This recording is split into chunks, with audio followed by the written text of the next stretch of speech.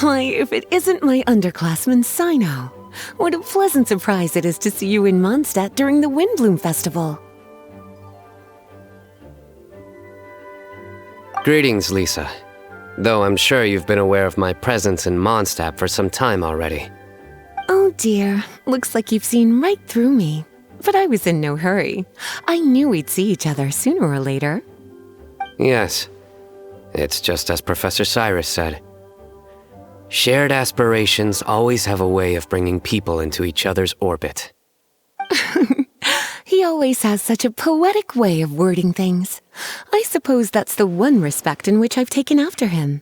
While in your case... Yes, it's his wit and eccentricities that have left their mark on you.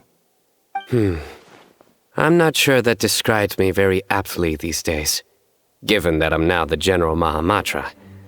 Still, if we're going to talk about ways with words, I think my deadpan humor is far superior than our professor's. Is that so? Strange. I heard that you're just Cyno the Adventurer when you're in Mondstadt.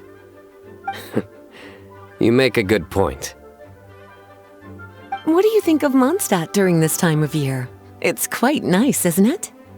Yes, it's very nice. I think I'm starting to understand your reasons for leaving the academia. I've always prided myself on making wise decisions, and that was certainly one of them. If our professor had been as sensible as you, he would have had a much easier time in his working life. Being stubborn doesn't help anybody. Well, if even you feel comfortable criticizing him now that he's retired, it really goes to show how much he's changed. Stubbornness is an all-too-common vice among scholars. I hope that never rubs off on you.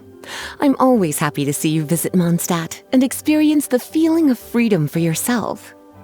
I heard the latest news about Kale, too. No doubt the traumas of her childhood will persist for a while to come. But I have to say, she appears to be doing quite better this time than on previous visits. I suppose you're something of a mentor to her, aren't you? Now that I think about it, the two of you aren't so dissimilar. The power of Hermanubis once brought you great suffering. That's all in the past now.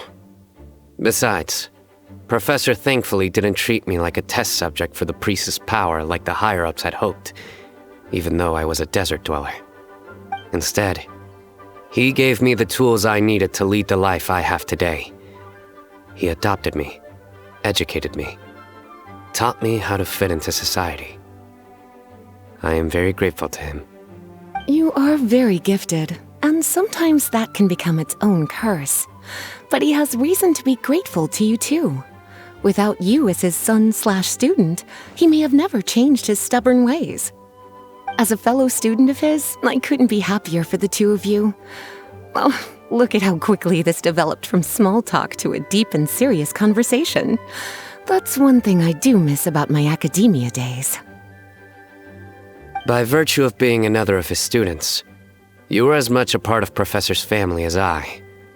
It's perfectly natural for a daughter to inherit her father's conversation style. If you say so. I suppose that means I get to call you baby brother from now on. I'd rather you didn't. Yes, there's the baby brother I remember.